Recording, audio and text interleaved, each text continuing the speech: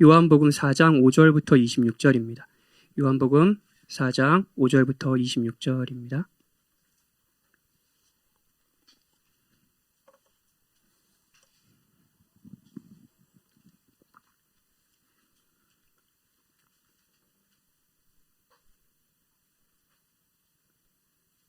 졸리시죠? 저만 졸린가요? 졸리시면 좀 기지개도 좀 피시고, 이 시간 사실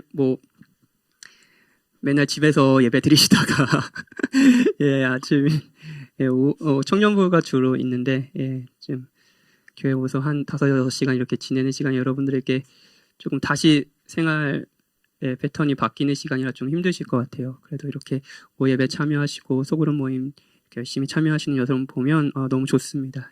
여러분들 응원해드리고 싶어요. 오예배도 하나님의 말씀을 잘 같이 듣고 은혜 받는 시간 됐으면 좋겠습니다.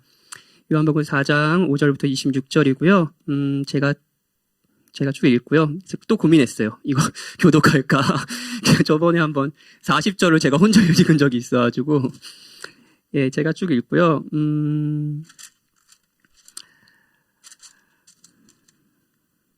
13절, 14절을 같이 읽도록 하죠. 하나님의 말씀을 들으십시오. 사마리아 있는 수가라는 동네에 이르시니 야곱이 그 아들 요셉에게 준 땅이 가깝고 거기 또 야곱의 우물이 있더라. 예수께서 길 가시다가 피곤하여 우물 곁에 그대로 앉으시니 때가 6시쯤 되었더라. 사마리아 여자 한 사람이 물을 기르러 왔음에 예수께서 물을 좀 달라 하시니 이는 제자들이 먹을 것을 사러 그 동네에 들어갔음이러라.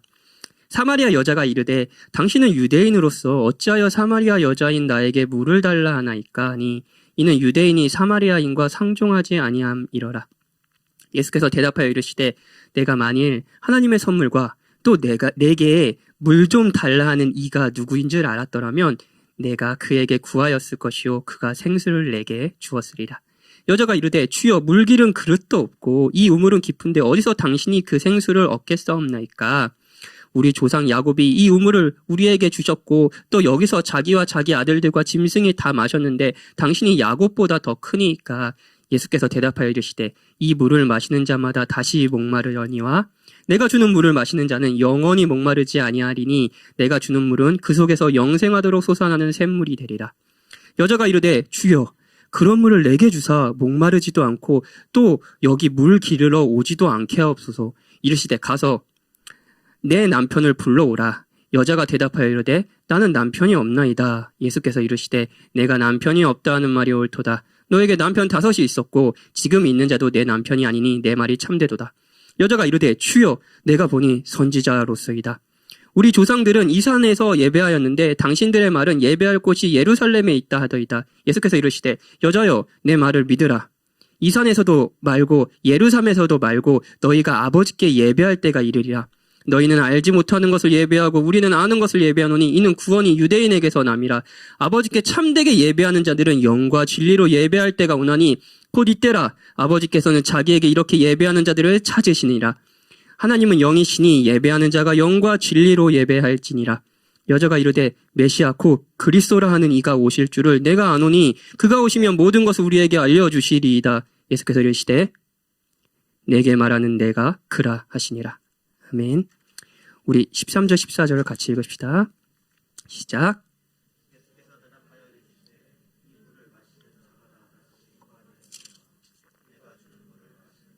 영원히 목마르지 아니하리니 내가 주는 물은 그 속에서 영생하도록 솟아나는 샘물이 되리라. 아멘. 지난주에는 저와 이제 삭개오라는 인물에 대해서 이제 들으셨죠. 삭개오 같은 경우는 저에게도 굉장히 중요한 성경 인물이고 제 신앙에 있어서도요. 그래서 오랫동안 저는 삭개오 본문을 이렇게 읽고 묵상하는 것을 즐겨했습니다. 그래서 지난주에 여러분의 그 삭개오의 정체성에 대한 설교가 여러분들에게 또 어떤 울림을 주었는지 모르겠습니다. 삭개오 설교를 하면서요, 인물에 대한 설교를 한 2주 정도 더 했으면 좋겠다라는 생각이 들었어요. 즉흥적이죠. 예, 원래 다른 설교 시리즈를 준비하고 있었는데 한 2주 정도 예수님께서 만난 사람들의 이야기를 한번 더 해보면 어떨까라는 생각이 들어서요. 오늘 설교도 준비했습니다. 지난주 누가복음 19장에 보면 19장이 이제 삭개오 본문이거든요. 삭개오 본문 이렇게 이야기의 맨 마지막에 보면 예수님께서 이 땅에 오신 이유를 이렇게 설명하세요. 인자가 온 것은 잃어버린 자를 찾아 구원하려 함이니라. 인자가 온 것은 잃어버린 자를 찾아 구원하려 함이니라. 예. 복음서는 아니 성경 전체는 예수님의 말씀에 의하면 주께서 잃어버린 자를 찾아 구원하시는 이야기입니다. 예, 그렇죠? 지난주에 삭개오가 그랬죠. 삭개오는 잃어버린 자였어요. 근데 주께서 찾으신 자죠. 마찬가지로요. 오늘은 사마리아 여인이 그렇습니다. 사마리아 여인은 잃어버린 자였습니다. 근데 주께서 이 여인을 찾아서 찾고 계시고 구원하고 계십니다. 그런 이야기예요. 그리고 다음 주 한 번 더 니고데모라는 인물을 한번 살펴보려고 합니다.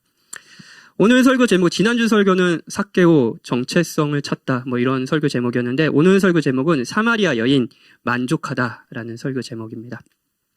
설교 대지는 3가지예요. 첫 번째, 사마리아 여인은 누구인가를 살펴보겠습니다. 본문을 통해서요. 이 여인은 소외되고 만족하지 못하는 여인입니다. 한편으로는 소외됐고요.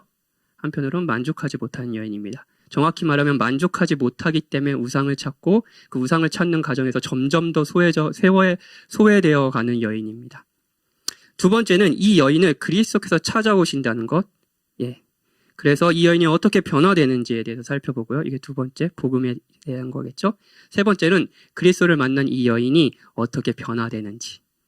이 소외된 여인이 다시 다른 소외된 여인에게 사람들에게 가서 그리스도를 전한다는 이 변화의 복음. 예. 이 적용을 마지막으로 살펴보도록 하죠. 첫 번째 대지입니다. 사마리아 여인은 누구인지 살펴보죠. 일단 예수님이 3절에서 유대를 떠나 그러니까 유대라고 하면요. 예루살렘이 있던 이스라엘의 중심지예요.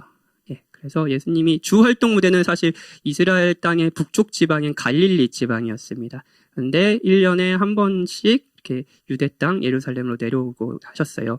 근데 이제 예수님이 다시 유대 땅에서 북쪽으로 올라가시고 주 무대로 활동 무대인 갈릴리 지방, 갈릴리 호수 그 근처의 여러 도시들, 이 도시로 다시 올라가시는 거예요. 그런데 일반적으로 유대인들은요, 유대에서 갈릴리로 이렇게 올라갈 때 중간 그 서쪽 해안가에 있는 해안 그쪽에 있는 사마리아 지방을 통과하는 방식으로 갈릴리로 올라가지 않았습니다. 예. 사마리아 지방은 소외된 지방이었습니다. 무시당하는 지역이었어요. 그래서 유대 사람들은 이 땅을 밟지도 않고 이 사람들을 상종하지도 않았습니다. 옛날에 구약 성경을 익숙한 분도 계시겠고 아닌 분도 계시겠지만 이스라엘 역사 속에서 북이스라엘과 남유다로 이제 두 나라가 갈라지는 역사가 있었어요. 그리고 이 북이스라엘이 어떤 나라에게 멸망하냐면 아수르라는 아주 잔인하고 폭압적인 그 나라에 멸망을 합니다.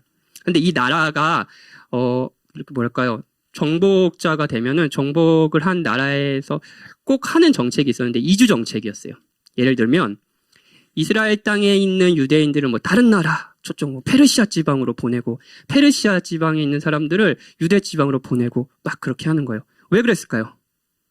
그렇게 막 서로 이주를 시키면 막 그 정도에 사랑하기도 하고 그러면서 점점 더 유대인이라는 민족성이 없어질 거 아니에요. 정체성을 말살시키는 정책이었죠. 그러니까 사마리아 땅에 이제 강제 이주를 막 시키니까 이제 유대인이란 난 유대인이라고 생각할 수 있는 사람들이 점점 없어지는 거예요. 혼혈 민족이 되는 거예요. 이후에 사마리아는 아수르에 멸망된 후에 유대인이라는 정체성을 가질 수 없는 혼혈 민족이 됐습니다. 그래서 유대인들은요, 이제 이 사마리아인들을 열등한 사람들, 하나님의 민족이라고 부를 수도 없는 사람들이라고 하면서 이제 동일한 민족으로 여기지 않았죠. 자, 이 땅이 소외된 땅이라는 걸 알 수 있겠죠. 이런 이유 때문에, 역사적인 이유 때문에요. 문제는요, 이 소외된 땅에서도 이 땅, 모두가 소외됐잖아요. 사마리아 땅 전체가요. 근데 이 소외된 땅에서도 소외된 여인이 있습니다. 참 슬프죠. 소외된 여인이 바로 오늘 주인공인 사마리아 여인이라는 겁니다.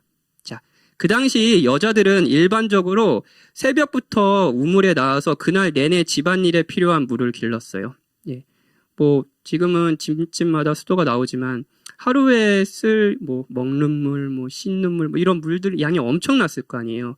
그러니까 해가 뜨기 전에 아침 일찍 제일 먼저 하는 일이 우물가에 가지고 하루 사용할 물을 떠오는 거였어요. 그런데 이 여인은요, 6절에서 6시쯤 될 때에 물을 뜨고 있다고 해요.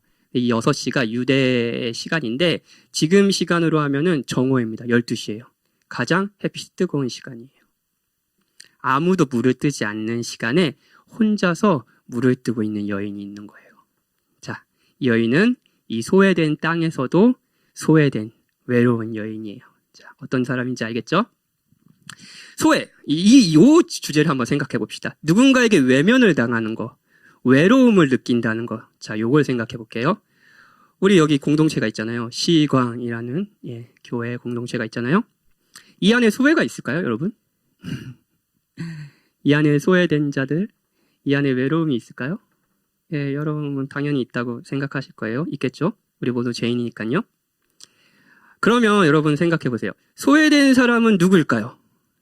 소외된 사람. 딱 떠오르는 사람이 있어요? 뭐 다양한 답변이 나올 수 있겠죠? 이 시대는 주로 이제 소외된 사람들을 아웃사이더라고 부르잖아요. 아싸라고 부르잖아요. 자, 좋습니다. 우리에겐 이렇게 공동체 안에 이렇게 확 들어오지 못한 아웃사이더들이 있습니다. 예.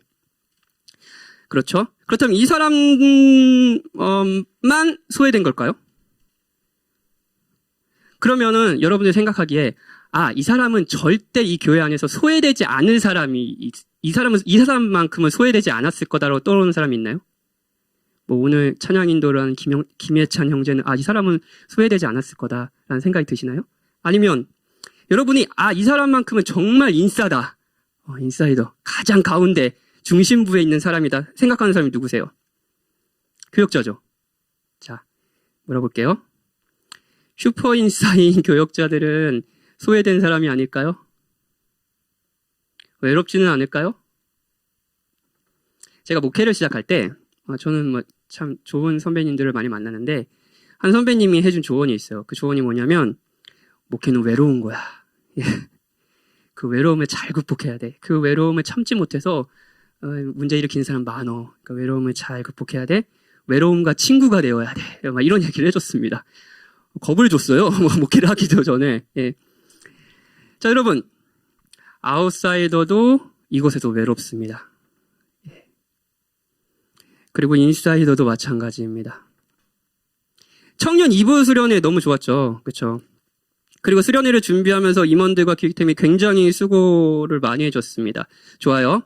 자, 임원들, 기획팀들, 슈퍼인싸죠? 그쵸? 가운데에서 가장 주목받고 일을 열심히 하는 사람들이죠?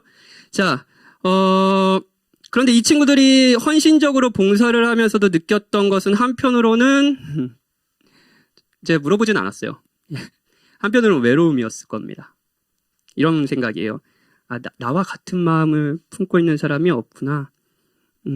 내가 힘들다는 걸 알아주는 사람도 없구나.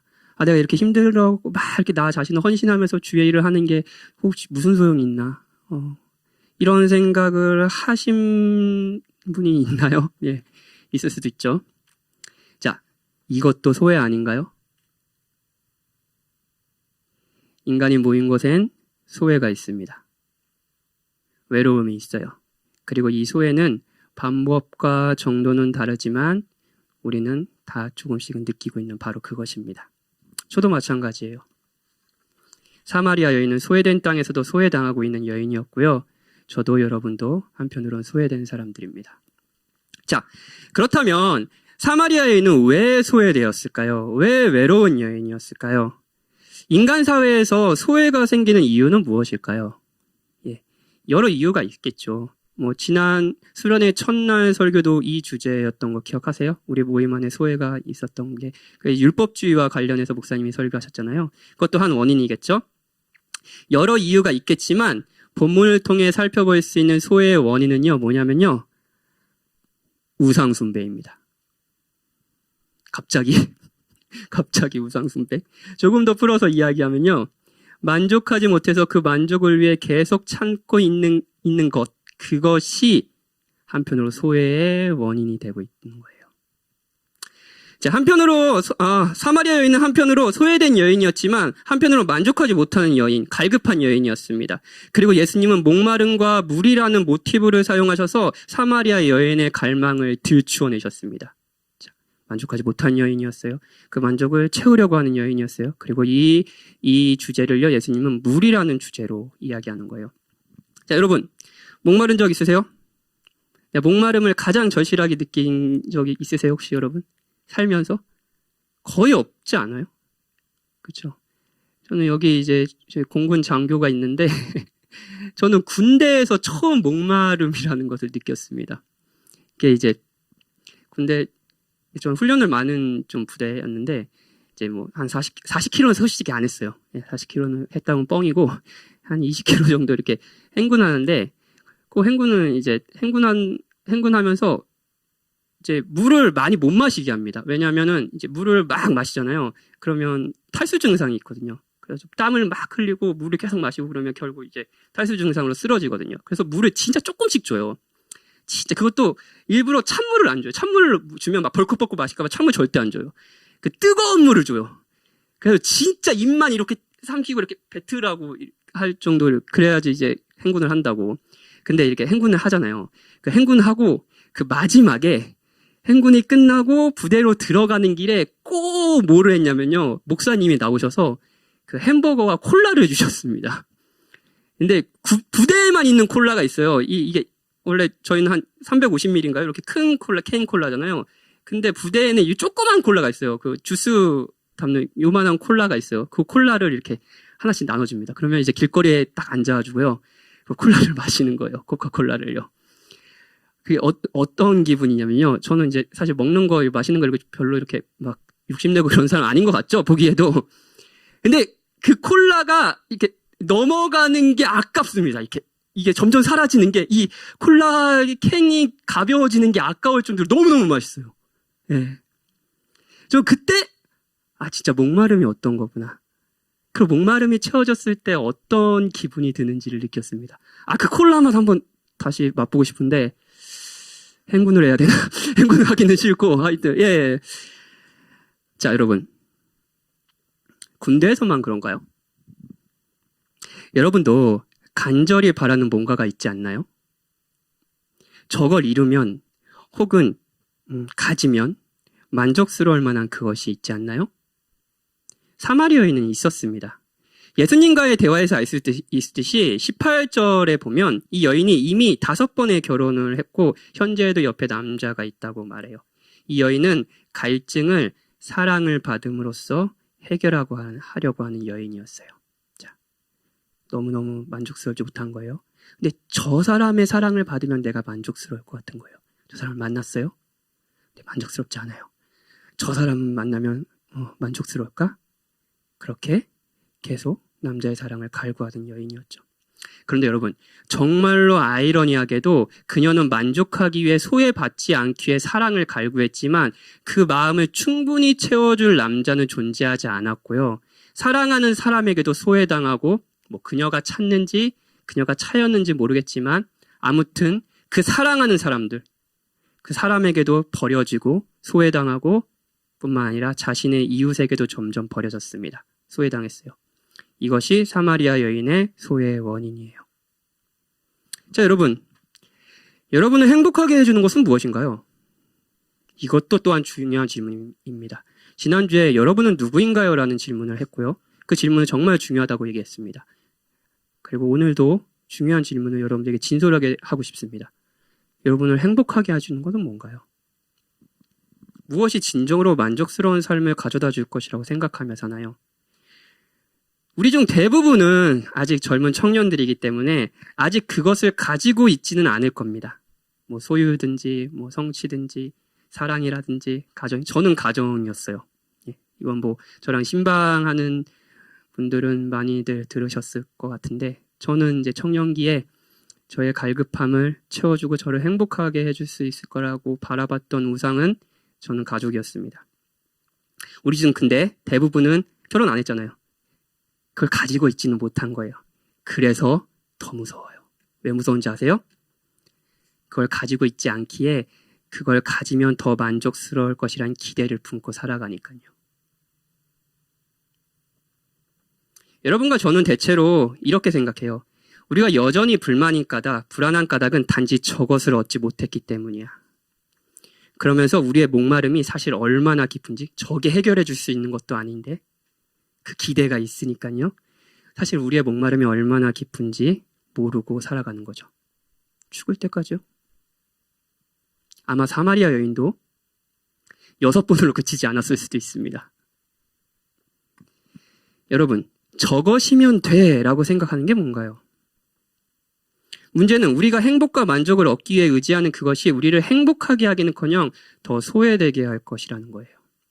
이웃에게요. 그리고 무엇보다도 하나님께도 소외된 삶을 살게 되겠죠. 실제로 하나님이 우리를 버리신 것은 아니지만 우리가 하나님을 떠난 것이지만 우리는 하나님으로부터 소외된 삶을 살게 될 겁니다. 우상에게 마음을 줄 때요. 저의 얘기를 해볼까요? 제가 성공적인 목회를 만족과 행복이라고 생각한다면 저는 제 목회가 성공적이지 않다고 느낄 때 미래도 없다고 생각할 겁니다. 그렇지 않을까요? 그리고 그것이 위협받는다고 생각한다면 엄청나게 두려워하지 않겠어요? 누군가가 그것을 방해한다면 방해하는 거예요. 제 성공적인 목회에 방해하는 사람이 있는 거예요. 그러면 엄청나게 분노하지 않을까요? 혹은 그것을 얻지 못하면 결코 스스로를 용서하지 못하지 않을까요? 난 성공적인 목회자가 아니야. 반대로 그것을 갖게 된다면 성공적인 목회를 했다고 생각하는 거예요. 그런데 성공적인 목회자가 된고 저는 만족할 수 있을까요? 얻고자 하는 그 만족은 없을 겁니다. 여러분은 하기보다는 이용하겠죠. 제가 성공적인 목회가 저의 행복과 만족의 원인이라면요. 제 성공적인 목회를 위해서 여러분들을 이용하겠죠. 여러분 중 일부를 제 성공적인 목회를 위협하는 존재로 보겠죠. 그리고 사랑하지 못할 겁니다. 그러면 어떻게 되는지 아세요? 그러면 저는 계속 여러분들과 멀어질 거예요. 그래서 저는 점점 외로워질 겁니다. 그렇지 않나요? 목회뿐인가요, 여러분? 목회자뿐인가요? 돈은 얼었나? 돈은 더 그렇지 않나요? 더 그런 건 아니고 돈도 같지 않나요? 인정과 지위는요? 한 사람의 인정을 막 받으려고 발버둥 쳐본 적 있으세요? 그러면서 다른 사람과 멀어진 경험은 없으세요? 결국 그 인정도 받지 못해서 굉장히 좌절한 경험들은 없으세요? 가족은요? 사랑은요? 자녀는요? 결혼은요? 이 모든 것들이 우리를 만족하고 행복하게 할 것이라고 기대하며 찾을 때 우리는 기대했던 만족을 얻지 못할 것이고 결국 외로워질 겁니다. 목사님도 몇 번 인용하신 글인데 우상숭배의 이 인용구만큼 인상적인 건 저 개인적으로는 없는 것 같아서 다시 인용하려고 해요. 미국 작가 데이비드 포스터 윌러스가 한 대학의 졸업식에서 연설을 한 것을 인용하겠습니다. 모든 사람은 뭔가를 숭배한다. 우리가 선택할 수 있는 것은 그런 숭배의 대상뿐이다. 어떤 신을 숭배의 대상으로 선택할 강력한 이유는 대체로 신 이외의 다른 대상은 우리가 그것을 숭배하면 거꾸로 우리를 산채로 잡아먹는다는 것이다. 돈이나 물건을 숭배한다든지 거기서 삶의 의미를 얻으려고 한다면 당신은 절대로 그걸 풍족하게 갖지 못할 것이며 충분히 가졌다는 느낌도 결코 가질 수 없을 것이다. 이것이 진실이다. 자기 몸과 미모와 성적인 매력을 숭배해보라. 그러면 당신은 언제나 자신이 못생겼다고 느낄 것이다. 그러다 시간이 흐르고 나이가 들어가는 것이 보이기 시작하면 당신은 가족들이 당신을 땅에 묻기도 전에 100만 번 죽음을 경험할 것이다. 권력을 숭배해보라. 그러면 당신은 결국 약하다고 느끼며 두려움에 떨게 될 것이다. 그리고 스스로의 두려움에 무감각해지도록 계속 더 많은 권력을 필요로 하게 될 것이다. 당신의 지성과 똑똑해 보이는 것을 숭배한다면 항상 들통날 찰나에 결국 스스로 멍청하다고 사기꾼이라고 느끼게 될 것이다. 이런 형태의 숭배는 스멀스멀 퍼지기 십상인데 그것이 악하거나 죄악이라서가 아니라 그것이 무의식 중에 선택되기 때문이다. 즉 이러한 숭배는 기본적으로 우리에게 설정된 상태라는 얘기다. 자, 윌러스는요.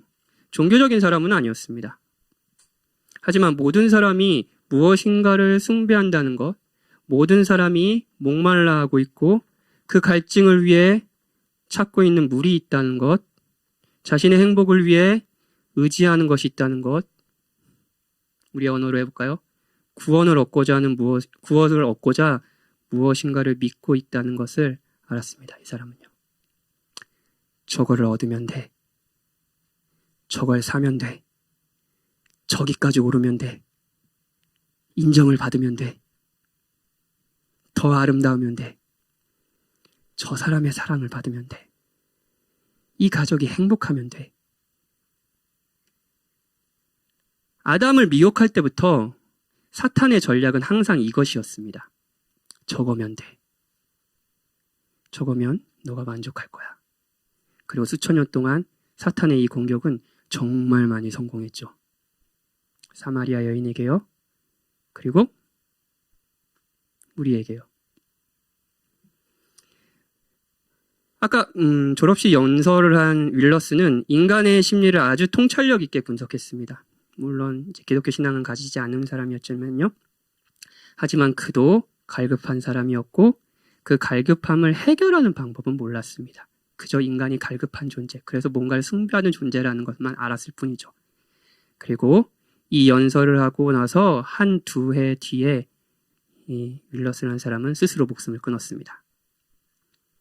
이 사람도 사마리아 여인이었어요. 사마리아 여인은 누군가요? 이 여인은 소외된 여인이고 한편으로 갈급한 여인입니다. 우리도 그렇죠. 사마리아 여인도 우리도 잃어버린 자입니다. 구원이 필요한 자죠. 그런데 윌러스와 다르게 사마리아 여인은 은혜를 받았습니다. 예수님이 이 여인을 찾아오신 거예요. 두 번째 대지예요. 예수님이 나무에 오른 삭개오를 찾아오셔서 그 집에 유하겠다고 한 것이 당시 정한상 정말 말도 안 되는 이야기였다라는 거, 정말로 그 모든 사람들이 경악할 만한 일이었다라는 거 지난주에 말씀드렸잖아요. 그런데 사마리아 여인을 찾아오신 것도 정말로 말도 안 되는 이야기입니다. 일단 유대인들은 사마리아 땅에 가지 않는다고 했죠. 더욱이 유대인 남자가 대낮에 공공적인 장소에서 사람들이 모일 수 있는 그 그런 데에서, 우물가에서 모르는 여자에게 말을 거는 것만으로도 당시에는 스캔들이 될 수 있는 아주 큰 일이었습니다. 그런데 그냥 이 여인이요, 그냥 보통 여인도 아니에요. 도덕적으로 굉장히 지탄을 받는 여인이에요. 도덕적으로도 최악의 여인. 예수님이 이 여인에게 말을 거시잖아요. 오늘 대화를 하시잖아요. 이 대화를 거셨을 때요, 예수님은요, 민족의 장벽, 문화의 장벽, 성의 장벽, 도덕의 장벽을 넘으신 거예요. 그리고 예수님이 여인과 대화하시는 거죠. 대화를 하십니다. 이 대화에는 정말로 이 대화만 가지고도 수차례 설교할 수 있을 정도로 많은 내용을 담고 있습니다. 오늘은 이 하나하나들을 자세히 살펴보지는 않을 거예요. 근데 이 대화를 통해서 진짜 중심적인 내용들이 무엇인가를 살펴보죠. 앞서 말했듯이 대화의 핵심은 갈증과 물입니다. 예수님이 목이 마르셨고요. 이 여인에게 물을 달라고 합니다. 여인은 9절에서 당황하죠. 왜냐면 유대인이 자기인 사마리아 여인한테, 그리고 대낮에 자기가 모르는 남자가 자기에게 말을 거니까요. 정말 놀라운 일이었어요. 그러면서 10절에서 그러니까 예수님이 이렇게 얘기해요. 너가 만약 하나님의 선물과 또 내가 물을 달라고 하느니, 바로 이 자신이죠. 내가 누군지 알았다면 너가 나에게 구하였을 거다. 그리고 내가 너에게 생수를 주었을 것이다. 라고 말하세요. 자, 너가 내가 누군지 알았다면 너는 나에게 물을 달라고 했을 거야. 그리고 나는 너에게 생수를 줬지. 너는 내가 라고 하는 거예요. 그리고 그러면서 13절에 이렇게 얘기하십니다. 이 물을 마시는 자마다 다시 목마르려니와. 자, 우리가 읽은 말씀이죠. 자, 너는 만족을 위해 다른 것을 계속 찾고 있구나. 그런데 그것들이 너를 만족시킬 수는 없어. 행복하게 할 수도 없어. 너는 곧 다시 목마를 거야. 그러나 14절, 내가 주는 물을 마시는 자는 영원히 목마르지 않을 것이다. 내가 너에게 물을 줄 거야. 그 물은 너의 마음속에 있어서 영생하도록 솟아나는 샘물이 될 거야. 너는 만족할 거야. 내가 그 만족을 너에게 줄 거야. 라고 이야기하시는 거예요. 이 여인은 이 지점에서 굉장히 흥미로웠을 겁니다. 왜냐하면 진짜 목말랐다니까요. 진짜 만족스럽지 않았다니까요. 이 남자를 만나면 만족스러울 것 같았는데 만족스럽지 못했어요. 그래서 다른 남자를 만나도 만족스럽지 못했어요. 근데 누군가 와서 자신의 내면을 마치 살피듯이 너는 만족스럽지 못하구나 라고 얘기하면서 내가 그 만족을 줄 수 있어 라고 얘기하는 거예요. 그러면 왜 여러분 막 마음이 움직이지 않겠어요? 이 여인도 아마 그렇게 마음이 움직였을 겁니다. 정말 만족할 수 있는, 행복할 수 있는 것이 있다면 정말로 갖고 싶었거든요. 이 여인이요. 그런데 예수님께서 17절, 18절에서 지금까지 사마리아 여인이 자신의 만족을 위해 무엇을 찾고 있는지를 먼저 들춰내십니다. 남자였죠? 그리고 이쯤에서 사마리아 여인은 정말 놀랐을 겁니다. 왜냐하면 얘기도 안 한 내용을 예수님이 미리 알고 계시니까요. 그래서 사마리아 여인, 당신이 선지자시군요 라고 얘기해요. 그리고 자연스의 대화는 무슨 대화로 이어지냐면요. 예배로 이어집니다. 왜냐고요? 왜 뜬금없이 갑자기 예배냐고요? 결국 문제는 예배니까요. 만족과 행복은 우리의 예배 대상이 누구인지에 달려 있으니까요. 계속 목마르게 하는 그리고 소외되게 하는 우상들로부터 눈을 돌리고 자신이 전에 예배하던 것에서 눈을 돌리고 하나님을 예배하게 될 때 비로소 생기는 것이 만족이니까요. 예배가 무엇인가요? 하나님을 만나고 그 하나님을 기뻐하고 높이고 누리는 것 아닌가요? 예수님께서는 하나님께 다가가는데 실제로 성전이 필요하지 않게 되는 때가 온다고 얘기해요. 그리고 자신이 메시아이며 그것을 이룰 뿐이라고 말씀하시는 거예요. 이제 성전이 아니라 내 안에서 어느 곳이든 하나님을 예배할 수 있다. 하나님을 찾을 수 있다. 그리고 그 주께서 너가 그 전에 알지 못하는 만족을 너에게 주실 것이다. 그 예배가 하나님을 예배할 때 하나님 안에서 너가 기뻐할 때 너가 얻고자 하는 만족과 기쁨이 거기 있을 것이다. 내가 그것을 위해 이 땅에 왔다. 내가 메시아, 너희들이 찾던 바로 그 그리스도다. 이렇게 얘기하시는 거예요. 사마리아 여인은요, 자신에게 영원한 만족을 줄 수 있는 일을 만났습니다.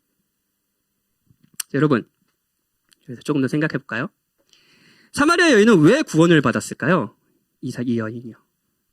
예수님이 목마르셨기 때문 아닌가요? 예수님이 목이 마르지 않았다면 우물가에 가지 않으셨겠죠. 그렇죠? 그랬다면 여자는 예수님을 만나지도 못했을 것이고 생수를 발견하지도 못했을 겁니다.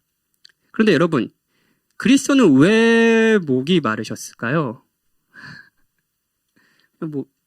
그리스도 사람이시니까요. 라고 하면은 예.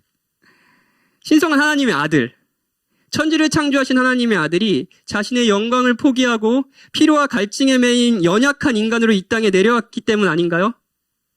이쯤에서 생각해보면 예수님은 그저 사마리아 여인을 찾고 대화하는데 민족의 장벽, 성의 장벽, 도덕의 장벽, 문화의 장벽만 넘으신 게 아닙니다. 그분은 인간이 되셨어요. 이 여인을 찾아 나서시기 위해요. 이 여인에게 구원을 주시기 위해요. 여러분들이 좋은 위인들, 아주 위대한 인물들 중에 민족의 장벽, 이런 장벽들, 우리 안에 있는 어떤 차별이나 이런 걸 넘어선 위인들은 많이 있습니다. 그런데 가장 넘을 수 없는 큰 장벽, 하나님이 인간이 되신 이 장벽을 넘은 위인은, 인물은 아무도 없습니다. 그분은 그 장벽을 넘어서 피로와 갈증에 매인 영악한 인간의 모습으로 이 땅에 오셨습니다. 다시 말해 그리스도가 내가 목이 마르다라고 했기 때문에 사마리아 여인은 생수를 발견할 수 있게 된 거죠. 그런데 요한복음에서는 그리스도가 내가 목이 마르다라고 말한 것이 이때뿐 아닙니다. 하나 더 있어요. 예전에 서금옥 전도사님이 설교하셨던 거 기억나세요? 명설교조. 이때 그리스도는 십자가상에서 목이 마르다고 얘기하셨어요. 근데 그때 그리스도는 단지 육체적인 갈증만을 말한 것이 아닙니다. 오늘 사마리아 여인과에 대해서 갈증이 단순히 육체적인 목마름을 얘기한 게 아니라 우리 영혼 안에 있는 만족하지 못하는 마음이라고 얘기했잖아요. 십자가에서 그리스도는 아버지와의 관계의 상실을 경험하고 있었습니다. 왜 그렇죠?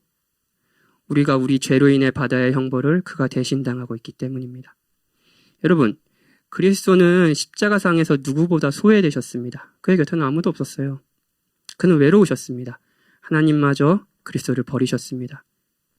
그리스도는 사마리아 여인과 우리처럼 만족과 행복을 위해 다른 것을 찾지는 않으셨습니다. 그렇죠? 영원전부터 그리스도는 누구보다 하나님 안에서 충만한 만족을 누리고 계신 분이기 때문이에요. 그런 그가 우리가 당해야 할 우상숭배의 결과를 당하셨습니다. 완전한 소외죠. 모든 이로부터 버림받음이죠. 그래서 소외당해야 할 사마리아 여인과 우리가 소외되지 않게 되었습니다.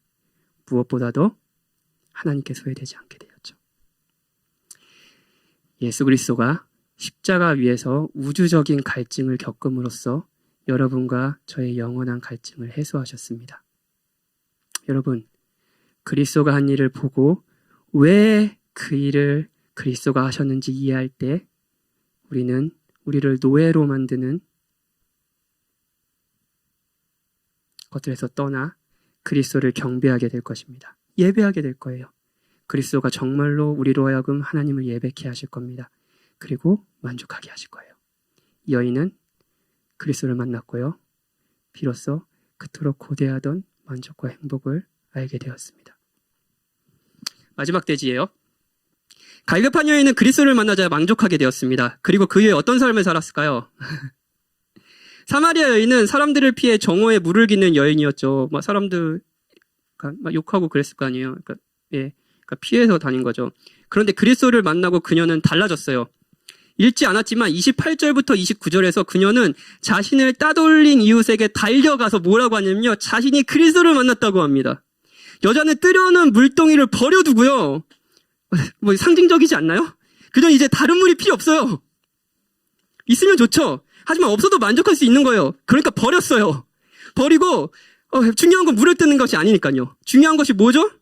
여자가 물동이를 버려두고 동네에 들어가서 사람들에게 이르되 내가 행한 모든 일을 내가 말한 사람을 와서 보라. 이는 그리스도가 아니냐 하니 그들이 동네에서 나와 예수께로 오더라. 소외된 여인이 만족하게 되자 소외된 자들, 사마리아 사람들도 소외된 사람들이라고 그랬죠. 그렇죠? 그 사람들에게 가서 만족을 주는 일을 전하기 시작했습니다. 여러분. 사랑하는 여러분, 이것이 교회에서 계속 일어나는 일이에요. 저는 아직 풋내기 목사예요. 목사 안수 받은 지 이제 1년 조금 넘은. 그래서 이제 풋내기이기 때문에 하는 말일 수도 있습니다. 목회는 외로운 거야. 외로움과 친구가 되어야 해. 저는 아직 이 말에 동의하지 않습니다. 물론 외로운 순간도 많았습니다. 이 안에 그동안에 소외된다는 생각도 많이 했죠. 이 마음을 성도들은 아무도 모르겠구나. 하지만 무엇보다도 그리스도가 저를 소외하지 않으신다는 것을 알게 됐고요. 그리고 그 가운데서 교회가 저를 사랑해주고 아낀다는 것을 너무나 많이 누렸습니다. 설교를 준비하면서요. 목회를 하면서 제가 가장 외로웠던 순간을 어떤 때였는지를 생각해 봤습니다. 이건 아마 이 이야기는 신방 가운데서 한 번도 안 했던 이야기일 거고 제 아내만 아는 이야기일 겁니다. 아마 했나? 모르겠네. 안 한 것 같아요. 저랑 오랜 신앙생활을 하신 분들은 기억이 나실 것 같은데 저희가 예전에는 정교인 규모가 한 100명, 150명 될 때는 정교인 수련회를 했어요. 근데 정교인 수련회 중에 한 3, 4년 전에 김영인 목사님을 저희 여름 수련회에 강사로 모시고 저희 강화도에서 이제 수련회를 한 적이 있습니다. 그래서 수련회를 했어요. 이제 제가 그때는 한번 우리 찬양팀이 항상 청년들이 하잖아요. 지금. 근데 그때 한번 장년들이 한번 찬양팀을 해보자 해서 제가 못하는 찬양 인도로 제가 주축이 돼서 막 찬양팀도 꾸리고 장년들하고 찬양도 하고요. 그렇게 했고요. 그리고 또 이튿날이었어요. 토요일이었는데 그날 이제 오후에 제가 레크레이션을 진행을 했습니다. 우리 이미지 자매처럼은 하지는 못하지만 저도 기깔나게 하거든요. 레크레이션. 그래서 분위기가 엄청 좋았어요. 분위기가 엄청 좋고 막 이제 저녁 집회를 하려고 이제 막 준비해야 되고 막 정신없는 상황이었어요. 사람들 그때는 교역자가 저랑 목사님밖에 없었기 때문에 목사님은 뭐 다른 사역 이제 주로 말씀을 가르치고 이렇게 교육하는 거 하시고 행정적인 것 뭐 사람들의 수련회 때 이렇게 손 가는 게 많잖아요. 그런 게 저한테 다 왔어요. 그런 거 다 처리하고 막 이렇게 하는 과정이었어요. 그래서 전화 한 통이 왔습니다. 전화는 뭐였냐면요. 저는 아버지가 일찍 돌아가셨던 거 다 아시죠? 그래가지고 항상 저의 아빠와 같은 역할을 해주셨던 친척들이 있었습니다. 뭐 막내 이모도 그렇고요. 외삼촌이 계셨어요. 근데 그 외삼촌이 극단적인 선택을 하셨다라는 전화가 왔어요. 토요일 레크레이션이 끝나고 사람들은 막 너무너무 재밌어하고 막 분위기 좋고 막 그러는 순간에 제가 그 전화를 받았어요. 그 전화 받았죠. 근데 이제 일단은 이제 확 와닿지, 이제 현실로 와닿지는 않고 이걸 어떻게 내가 이걸 받아들여야 되나라는 생각에 지금 이 상황에서 난 수련회 이제 저녁엔 찬양팀을 해야 되고 그런 상황에서 이제 아내한테만 얘기했어요. 그러니까 아내가 잠깐 자기가 여기를 좀 이렇게 사람들한테 말할 테니까 잠깐 산책을 하고 와라. 그래서 산책을 이제 마음을 좀 잡으려고 산책을 했죠. 이렇게 주위를 이렇게 돌았어요. 1시간 정도. 근데 마음이 잘 안 잡히더라고요. 막 이렇게 너무 힘들었어요. 힘들고 나 찬양인도 할 수 있을까? 이러면서 막 이제 교회 뒤에 일정들도 있는데 난 교역자인데 나 이 역할을 해야 되는데 하는 그런 생각. 그러면서 외로웠습니다. 나 지금 갈 수가 없는데 어떻게 해야 되지? 당장 가고 싶은데 뭐 여기서 찬양을 해야 되고 그리고 나를 바라보는 수많은 사람들의 시선들 이걸 잘 끝내야 되는 책임감도 있고 그랬어요. 찬양 인도를 했죠. 그리고 말씀 가운데 우리 김영희 목사님의 말씀을 굉장히 큰 은혜를 받았습니다. 그런데 이제 기도 시간이 됐어요. 기도 시간이 됐는데 이거 분명히 기도를 하면 제가 빵 터질 것 같은 거예요. 제 감정 조절이 안 될 것 같은 거예요. 그래서 제가 일부러 제일 구석에 아무도 보이지 않을 만한 곳에 숨어 들어갔습니다. 칠판 뒤쪽으로 이렇게 들어갔어요. 무릎 꿇었어요. 기도를 했죠. 근데 무슨 기도를 해야 될지 모르겠더라고요. 근데 기도를 하는데 지금 누군지 몰라요. 근데 기도를 하는데 그 칠판 뒤에 숨어 들어간 공간에 누가 찾아와서 저의 뒤에 손을 얹고 저를 위해서 같이 기도해 주는 거예요. 누군지 모릅니다. 근데 그때 그 사람의 사랑을 충분히 느꼈고요. 그리고 저는 지금 제 평생에 그렇게 어린아이처럼 통곡하고 울었던 기억은 없는 것 같아요. 하나님께서 누군지는 모르지만 그 사람을 통해서 저를 위로해 주신 거죠.